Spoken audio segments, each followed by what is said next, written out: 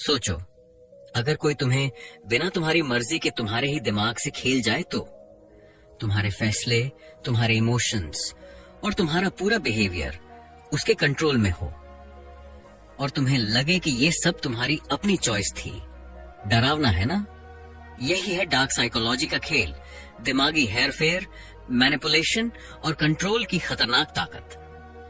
Joseph Griffith की किताब dark psychology secret एक ऐसा आईना दिखाती है जहां इंसान की असली कमजोरी खुलकर सामने आती है। ये किताब बताती है कि इंसानों को मन से कैसे पढ़ा जा सकता है, उनके बिहेवियर को कैसे प्रभावित किया जा सकता है और कैसे उन्हें इस तरह मैनिपुलेट किया जा सकता है कि उन्हें खुद भी पता न चले। ज्यादातर लोग सोचते हैं कि उनका दिमाग और उनकी चॉइस सिर्फ उनकी अपनी होती है, लेकिन हकीकत इससे बिल्कुल उलट है। हर रोज तुम्हारे आसपास ऐसे लोग मौजूद हैं जो पर्सुएशन, ब्रेन वॉशिंग और माइंड कंट्रोल जैसी टेक्निक इस्तेमाल करके तुम्हें उसी दिशा में धकेलते हैं जहां वो चाहते हैं। चाहे वो कोई पॉलिटिशियन हो, सेल्समैन हो या फिर तुम्हारे आसपास का कोई शख्स। ये किताब एक अल्टीमेट गाइड है जो बताती है कि डार्क साइकोलॉजी को समझकर कैसे तुम खुद को इन ट्रैप से बचा सकते हो और अगर चाहो तो दूसरों को इन्फ्लुएंस करना भी सीख सकते हो। ये किताब सिर्फ ट्रिक्स नहीं सिखाती, बल्कि इंसानी दिमाग की गहराई में उतरकर असली मैनिपुलेशन का राज खोलती है। Chapter 1, the hidden side of human nature. तुम सोचते हो कि इंसान हमेशा लॉजिक और दिमाग से फैसले लेता है? अगर हाँ, तो तुम सबसे बड़ी गलत फहमी में जी रहे हो। असलियत ये है कि इंसान का 90% व्यवहार दिमाग से नहीं, बल्कि दिल और डर से कंट्रोल होता है और यही इंसान की सबसे बड़ी कमजोरी है। जब तक तुम इस खेल को नहीं समझोगे, तब तक तुम हमेशा दूसरों के हाथ की कठपुतली बने रहोगे। देखो, दिमाग एक कंप्यूटर की तरह है। ये एनालाइज करता है, कैलकुलेट करता है, प्लान बनाता है, लेकिन जब बात असली फैसलों की आती है तो कंट्रोल हमेशा इमोशंस के पास चला जाता है। डर, लालच, गुस्सा, प्यार, ईगो, यही वो असली बटन है जिनसे इंसान ऑपरेट होता है। इसीलिए तो पॉलिटिक्स से लेकर रिलेशनशिप तक हर जगह मैनिपुलेशन काम करता है। पॉलिटिशियन जानते हैं कि लोगों को लॉजिक से नहीं, डर और आशा से कंट्रोल किया जा सकता है। इसीलिए वो आंकड़े कम और इमोशनल स्पीच ज्यादा देते हैं। देश खतरे में है, तुम्हारा भविष्य अंधेरे में है, सिर्फ मैं तुम्हें बचा सकता हूँ। ये सब बातें सीधे इंसान की इमोशनल वायर पर वॉर करती हैं। रिलेशनशिप में भी यही खेल चलता है। कभी ध्यान दिया है, जब कोई तुम्हें इग्नोर करता है तो तुम्हारे अंदर बेचैनी क्यों बढ़ जाती है? क्योंकि तुम्हारा दिमाग लॉजिक से समझता है कि ये सिर्फ बिजी है, लेकिन तुम्हारे इमोशंस चिल्लाते हैं तुम्हें रिजेक्ट किया जा रहा है।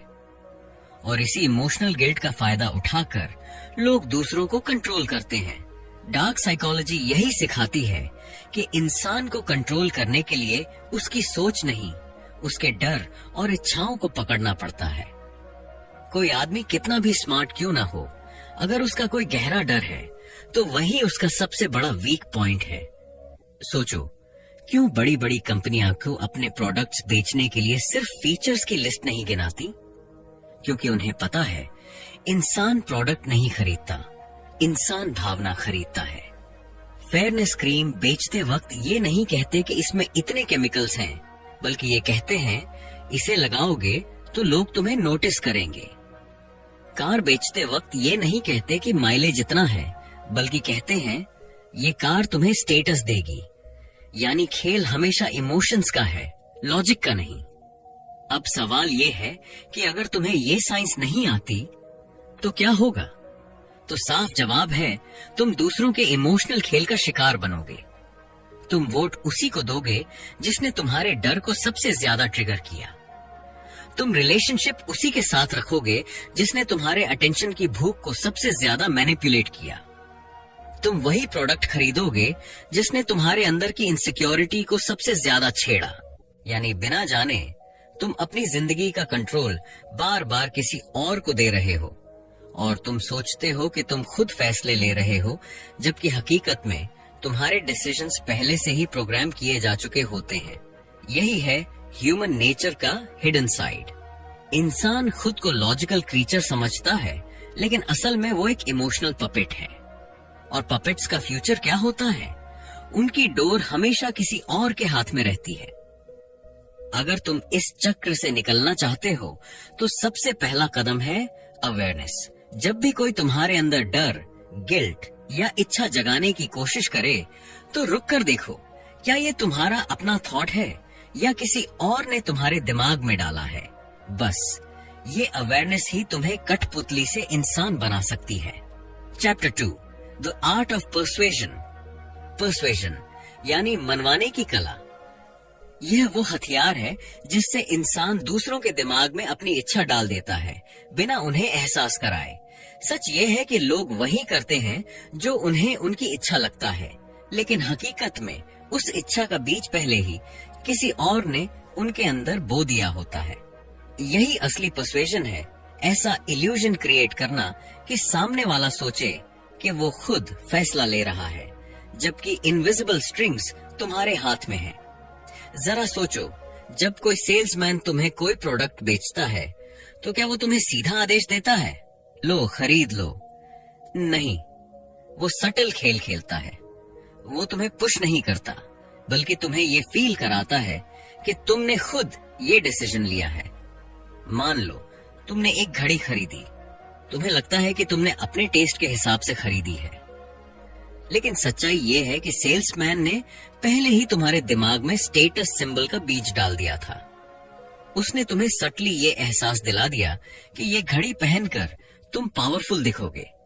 नतीजा, तुमने पैसे खर्च कर दिए और फिर भी खुद को स्मार्ट समझा। डार्क पर्सुएशन का खेल यहीं से शुरू होता है। ये सिर्फ लॉजिक पर नहीं, बल्कि हमारी डीपेस्ट डिजायर्स और फियर्स पर काम करता है। इंसान हमेशा तर्क से नहीं चलता, वो चलता है ईगो, इमोशंस और इनसिक्योरिटी से। और जो इंसान इन इमोशंस को छू लेता है वही मास्टर पर्सुएडर कहलाता है। मान लो कोई पॉलिटिशियन है, वो सीधा सीधा पॉलिसीज पर बात नहीं करता, वो लोगों को ये महसूस कराता है कि उसकी बात सुनकर उनकी आइडेंटिटी सुरक्षित है। वो सटल तरीके से उनके डर को जगाता है। अगर हमें नहीं चुना तो तुम्हारा भविष्य खतरे में है।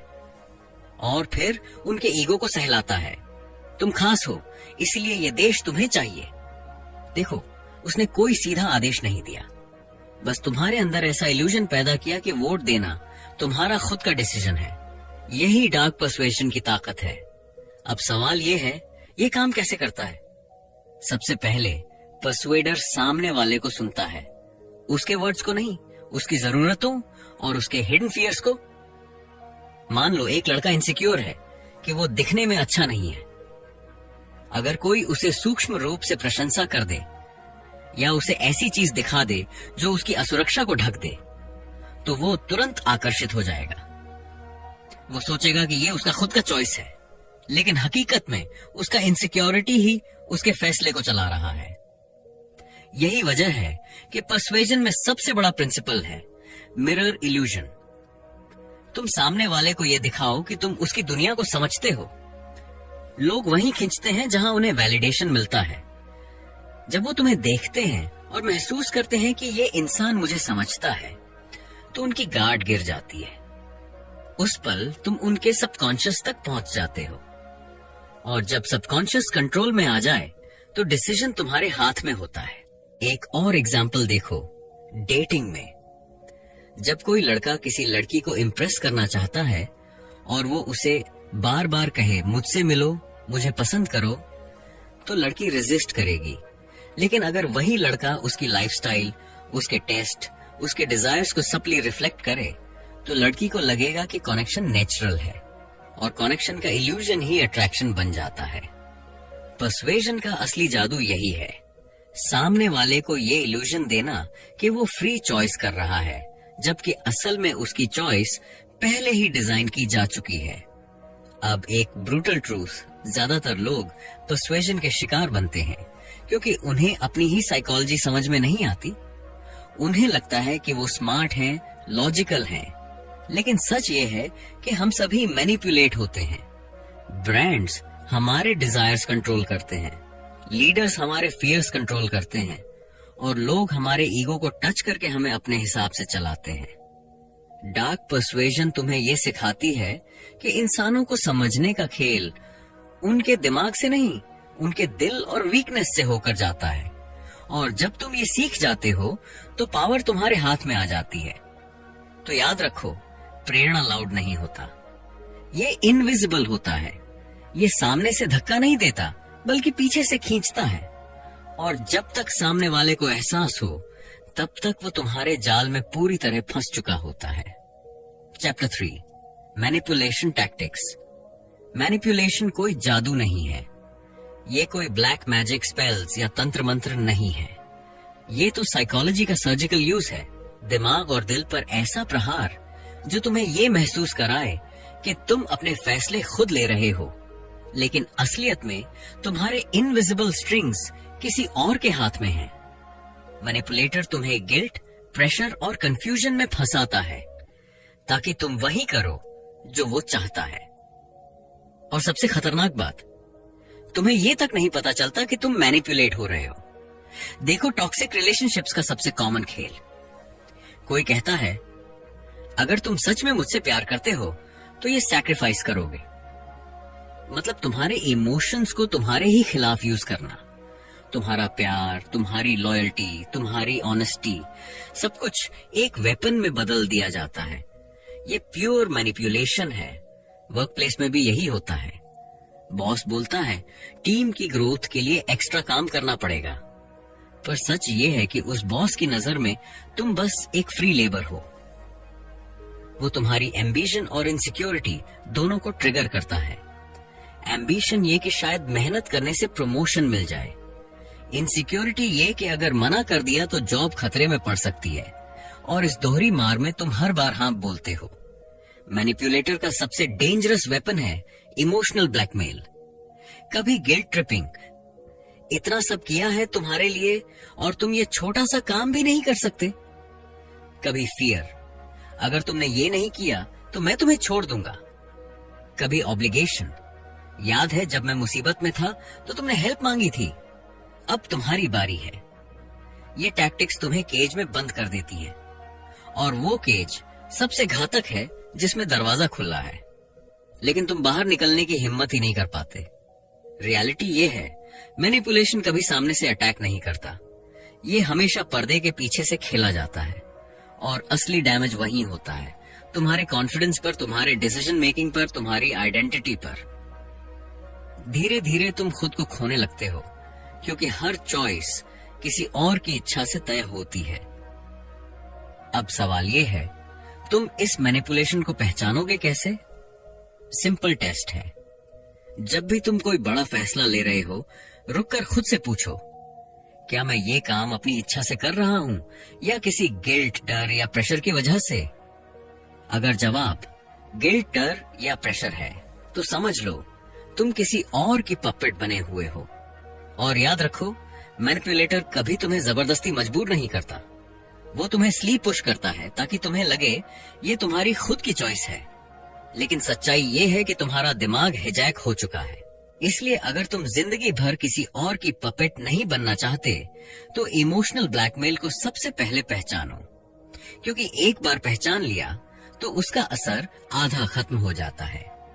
और जैसे जैसे अवेयरनेस बढ़ती है वैसे वैसे मैनिपुलेशन की जंजीरें टूटने लगती हैं। Chapter 4, mind control techniques.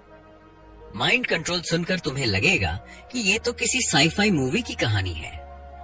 कोई साइंटिस्ट मशीन लगाता है, तुम्हारे दिमाग में चिप डालता है और तुम्हारे विचार कंट्रोल करता है। लेकिन सच्चाई इससे कहीं ज्यादा डरावनी है।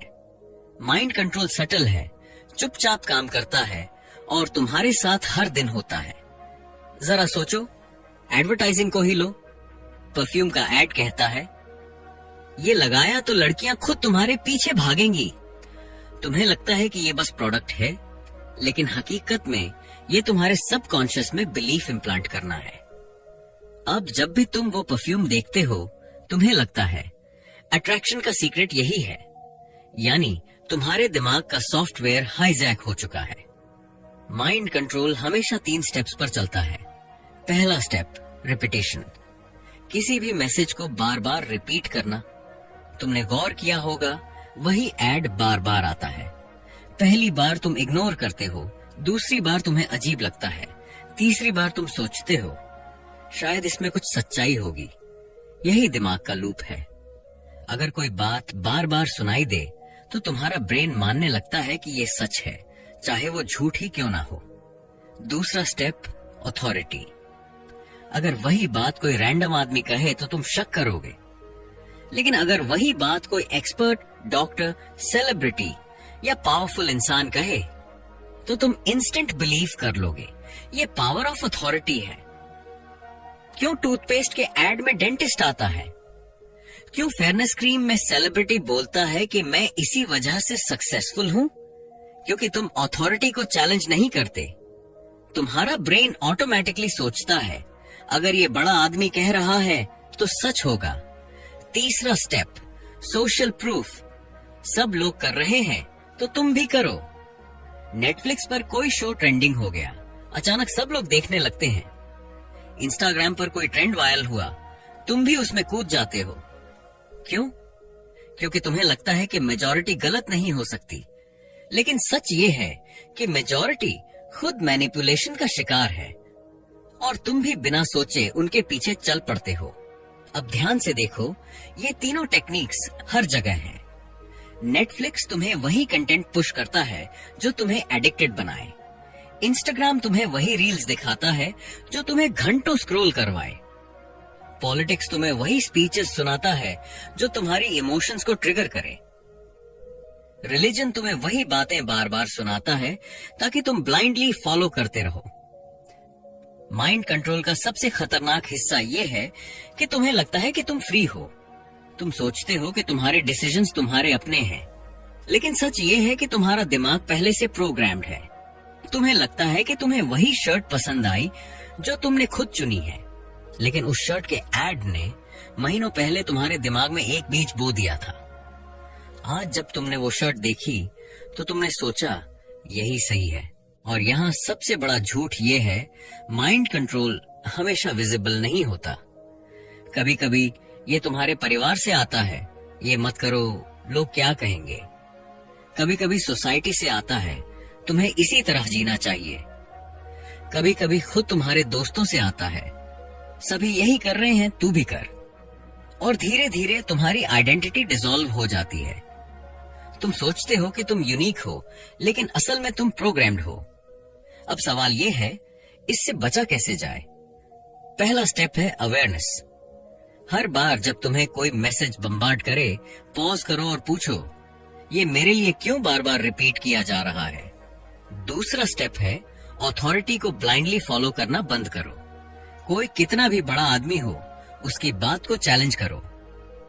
तीसरा स्टेप है भीड़ की मानसिकता से बाहर निकलो। सोशल प्रूफ सिर्फ ट्रैप है। मेजॉरिटी अक्सर मैनिपुलेशन का शिकार होती है।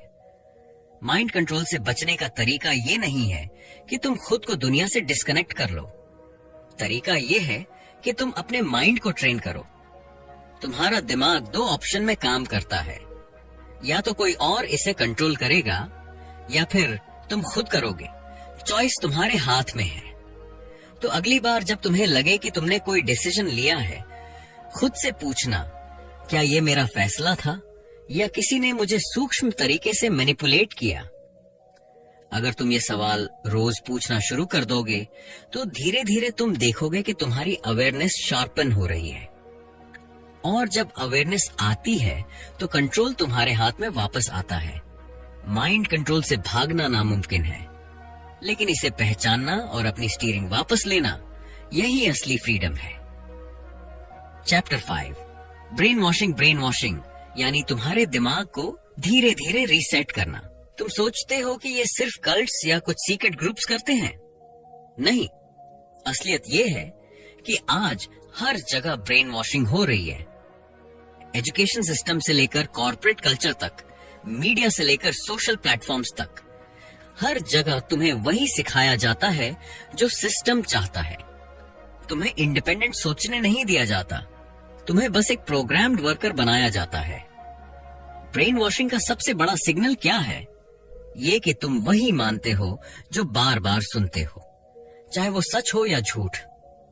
तुम्हें स्कूल में सिखाया गया कि सक्सेस का मतलब है अच्छे मार्क्स लाना, फिर डिग्री लेना और फिर नौकरी पकड़ लेना।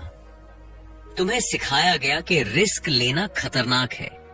तुम्हें ये नहीं सिखाया गया कि कैसे सोचना है, बल्कि ये सिखाया गया कि क्या सोचना है। कॉर्पोरेट दुनिया में भी यही होता है। हर हफ्ते की मीटिंग्स, टारगेट्स, परफॉर्मेंस रिव्यूज, सब एक ही दिशा में तुम्हारा माइंड मोल्ड करते हैं। धीरे धीरे तुम्हारा दिमाग एक्सेप्ट कर लेता है कि यही लाइफ है। 9 से 5 जॉब, वीकेंड की छोटी सी छुट्टी और फिर अगले मंडे का इंतजार। मीडिया भी यही करता है।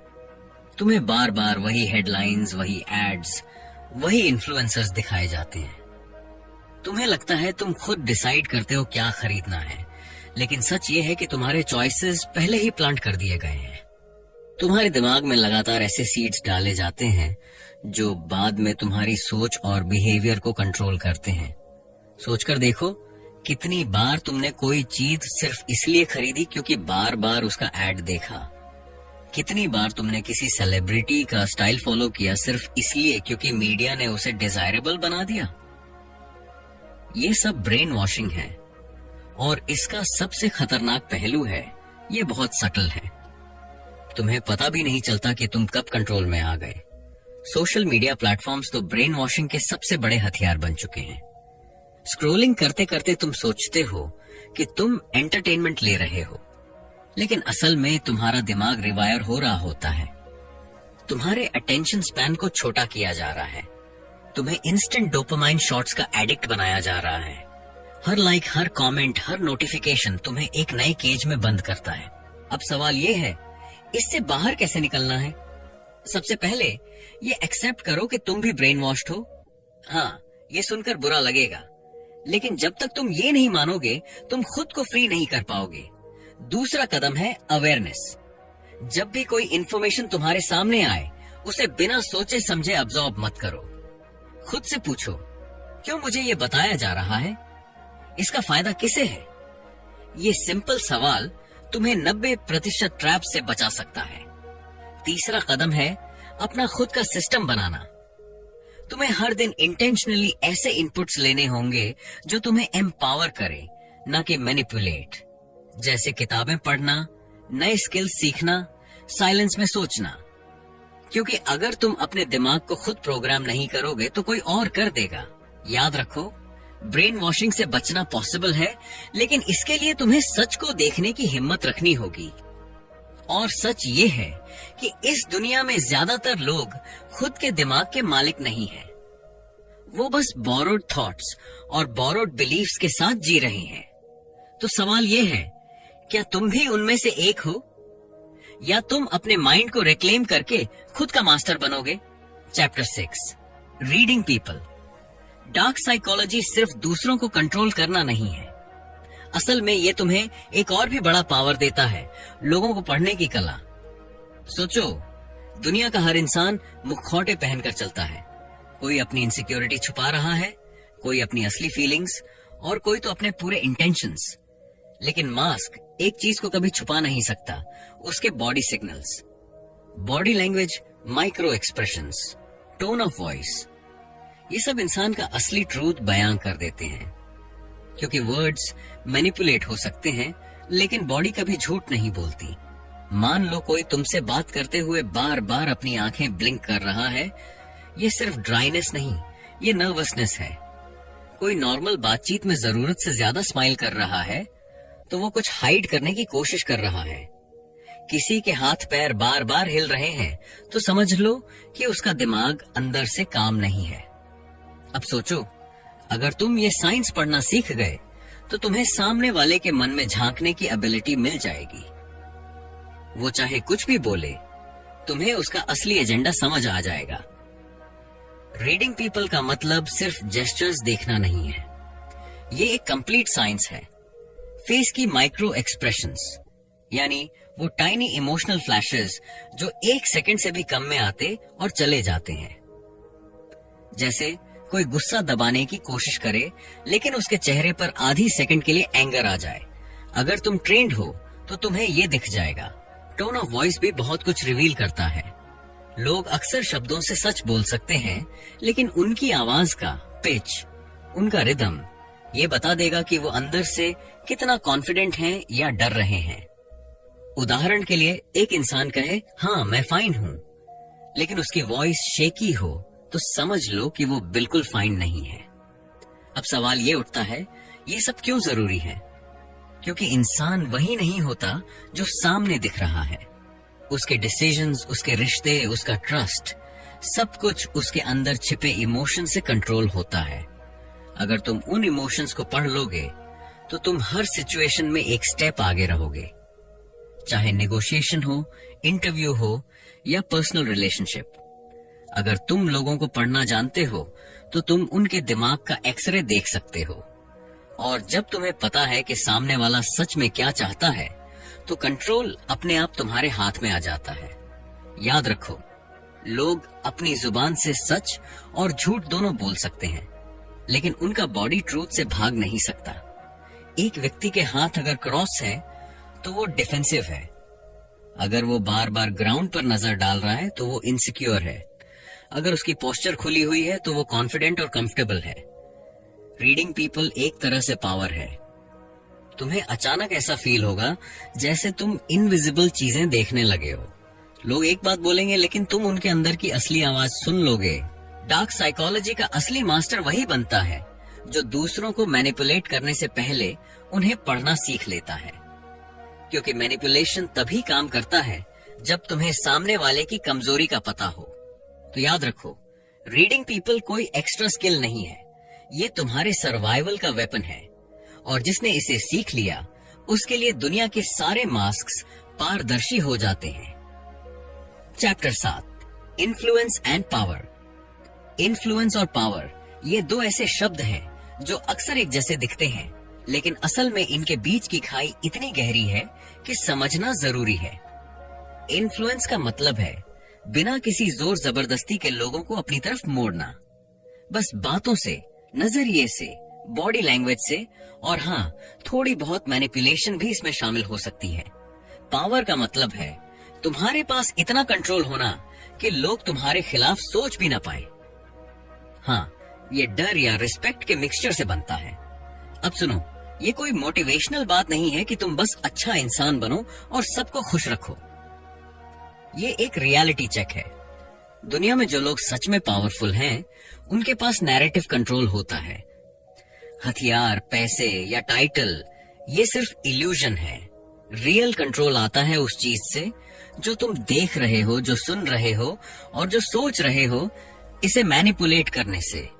मीडिया को ही देख लो, ये तुम्हें रियलिटी नहीं दिखाते, ये तुम्हें वही कहानी दिखाते हैं जो उनके मालिक चाहते हैं कि तुम मानो। तुम्हारा दिमाग उनके हाथ में है और तुम्हें लगता है कि तुम इंडिपेंडेंट सोचते हो। ये इल्यूजन है। तुम सोचते हो कि तुम्हारे पास चॉइस है, लेकिन चॉइस सिर्फ वही है जो उन्होंने तुम्हें दिखाई। इन्फ्लुएंस का सबसे बड़ा हथियार साइलेंस है। कोई जोर से हड़बड़ाकर कंट्रोल नहीं करता, वो बस क्वाइटली मैनिपुलेट करता है। ये सुबटल डोमिनेशन है। तुम खुद को फ्री समझते हो, लेकिन असल में तुम्हारे डिसीजंस, प्रेफरेंसेस और रिएक्शंस केयरफुली गाइडेड हैं। पावर का खेल थोड़ा और डार्क है। यहाँ कोई रूल्स नहीं है। अगर तुम सोचते हो कि मोरालिटी तुम्हें बचाएगी, तो ये इल्यूजन है। लोग मोरालिटी का नाम लेकर खुद को जस्टिफाई करते हैं, लेकिन असल कंट्रोल वही करते हैं जो डर और रिस्पेक्ट के परफेक्ट बैलेंस को मेंटेन कर सकते हैं। बॉडी लैंग्वेज, टोन, टाइमिंग और साइकोलॉजी ये सब टूल्स हैं। समझ लो कि कैसे लोग सटली तुम्हारे डिसीजंस को स्टीयर कर रहे हैं, कैसे कन्वर्सेशंस में पॉजेस, चॉइस ऑफ वर्ड्स और इवन आई कांटेक्ट, सब कुछ तुम्हारे सबकॉन्शियस को इन्फ्लुएंस करने के लिए यूज किया जाता है। एग्जाम्पल लो नेगोशिएशन का। जो शांत और कॉन्फिडेंट है वो आधा जीत चुका होता है, जो ज्यादा बोलता है वो दिखावा करता है। इन्फ्लुएंस और पावर में ये सटलिटी सबसे बड़ी स्ट्रेंथ है। डार्क साइकोलॉजी सिखाती है कि रियल पावर दिखाने में नहीं है, कंट्रोल करने में है। तो नेक्स्ट टाइम जब कोई तुम्हें एडवाइस दे या कोई मीडिया स्टोरी देखो, समझो कि ये सिर्फ सरफेस है। रियल स्टोरी वही है जो कंट्रोल करने वाला दिखाना चाहता है। Influence is silent domination, power is control over perception. याद रखो, अगर तुम सच में पावरफुल बनना चाहते हो तो सबसे पहले अपनी परसेप्शन को समझो। दूसरे लोगों की परसेप्शन को मैनिपुलेट करना सीखो। और सबसे जरूरी, अपने दिमाग को किसी और के नैरेटिव के हाथ में मत छोड़ो। Chapter 8, protecting yourself from manipulation. अब सवाल ये है कि अगर ये सब इतना डेंजरस है तो बचने का तरीका क्या है? अगर तुम ये सोच रहे हो कि मैं तो स्मार्ट हूं, मुझसे कोई क्या कर सकता है, भाई ये इल्यूजन है। तुम जितना जानते हो उससे कहीं ज्यादा लोग तुम्हें मैनिपुलेट कर सकते हैं। तो ध्यान से सुनो। सबसे पहला स्टेप है अवेयरनेस। अगर तुम्हें पता है कि कोई तुम्हें मैनिपुलेट कर रहा है तो उसका असर आधा हो जाता है। हाँ, आधा ही सही, लेकिन ये पहली जीत है। तुमने सिचुएशन को समझ लिया, मतलब तुम उसके जाल में फंसने वाले नहीं। अवेयरनेस मतलब सिर्फ ये नहीं कि तुम देखो कि क्या हो रहा है। अवेयरनेस मतलब तुम उसके मोटिव्स को पढ़ो, उसकी बॉडी लैंग्वेज, उसके शब्द, उसके एक्शंस। अगर तुम ब्लाइंड ट्रस्ट करोगे तो फिर कोई भी सटल मैनिपुलेशन तुम्हें ट्विस्ट कर सकता है। दूसरा स्टेप है बाउंड्रीज। भाई ये सिंपल है। लोग तुम्हें उतना ही कंट्रोल कर सकते हैं जितना तुम अलाउ करते हो। हाँ, जितना तुम खुद को कमजोर दिखाते हो उतना ही उनका लेवरेज बढ़ता है। अपने लिमिट्स डिफाइन करो। अगर कोई क्रॉस लाइन करता है तो तुरंत जवाब दो। अपनी मेंटल और इमोशनल स्पेस की सुरक्षा करना सीखो। किसी के लिए भी अपने रूल्स बेंड मत करो, चाहे वो दोस्त हो, कोलीग हो या कोई अथॉरिटी फिगर। लाइन क्रॉस करने दो मत। तीसरा स्टेप है क्रिटिकल थिंकिंग। हर चीज पर डाउट करो। हर बात को सच मानने से पहले सोचना शुरू करो। सवाल पूछो। अथॉरिटी, मीडिया, रिलेशनशिप्स, किसी को ब्लाइंड ट्रस्ट मत दो। समझो कि हर चीज में हिडन एजेंडा हो सकता है। मीडिया जो दिखाता है वो हमेशा रियलिटी नहीं होती। रिलेशनशिप्स में भी अगर किसी की इंटेंशन अनक्लियर है तो एनालिसिस करो। क्वेश्चनिंग माइंड तुम्हें ब्लाइंड स्पॉट से बचाएगा। डार्क साइकोलॉजी का असली यूज ये नहीं है कि तुम दूसरों को पपेट बनाओ। अगर तुम सोच रहे हो कि ये टेक्निक सीखकर तुम दूसरों को कंट्रोल करोगे तो ये माइंडसेट गलत है। असली स्किल है खुद पपेट बनना छोड़ना, मतलब अपने आप को मैनिपुलेट होने से बचाना। अपने डिसीजंस, रिएक्शंस, इमोशंस, इन सब पर कंट्रोल रखना। जब तुम इंटरनली स्ट्रांग बन जाते हो तो एक्सटर्नली भी कोई तुम्हें ट्विस्ट नहीं कर सकता। चलो थोड़ा प्रैक्टिकल एग्जांपल लेते हैं। मान लो तुम्हारा कोई कोवर्कर है जो हमेशा तुम्हारे आइडियाज को सटली मैनिपुलेट करके अपने फेवर में बदल देता है। अवेयरनेस वाले माइंडसेट के बिना तुम शायद नोटिस भी नहीं कर पाते, लेकिन अगर तुम अवेयर हो, अगर तुम्हारे पास क्लियर बाउंड्रीज हैं और क्रिटिकल थिंकिंग है, तो तुम उसके गेम को इंस्टेंटली रिकॉग्नाइज कर लोगे। फिर चाहे वो कोई कॉम्प्लीमेंट दे रहा हो या सटल थ्रेट, तुम उसका खेल फेल कर डॉज।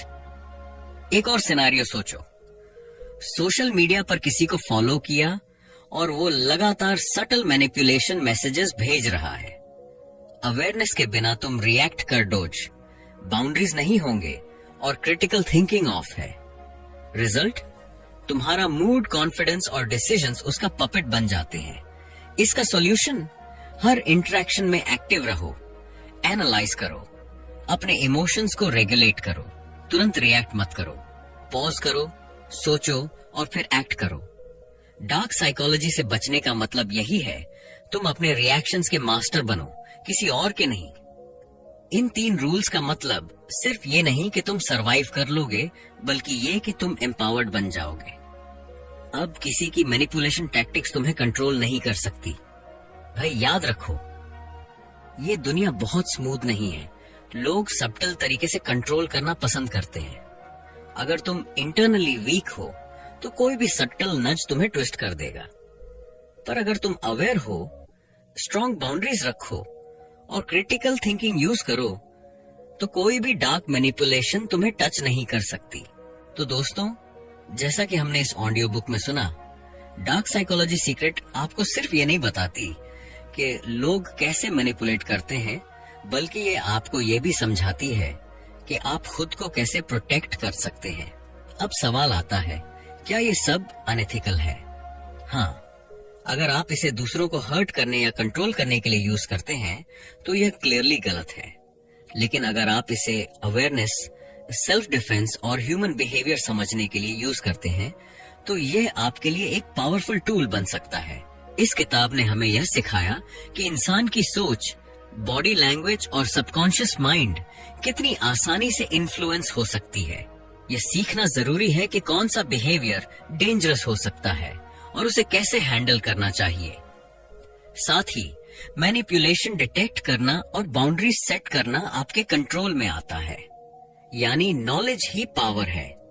जो लोग दूसरों को मैनिपुलेट करते हैं उनके पीछे पैटर्न्स होते हैं, और अगर आप उन्हें समझना सीख जाएं, तो आप खुद को, अपनी डिसीजंस और अपने रिलेशनशिप्स को सेफ रख सकते हैं।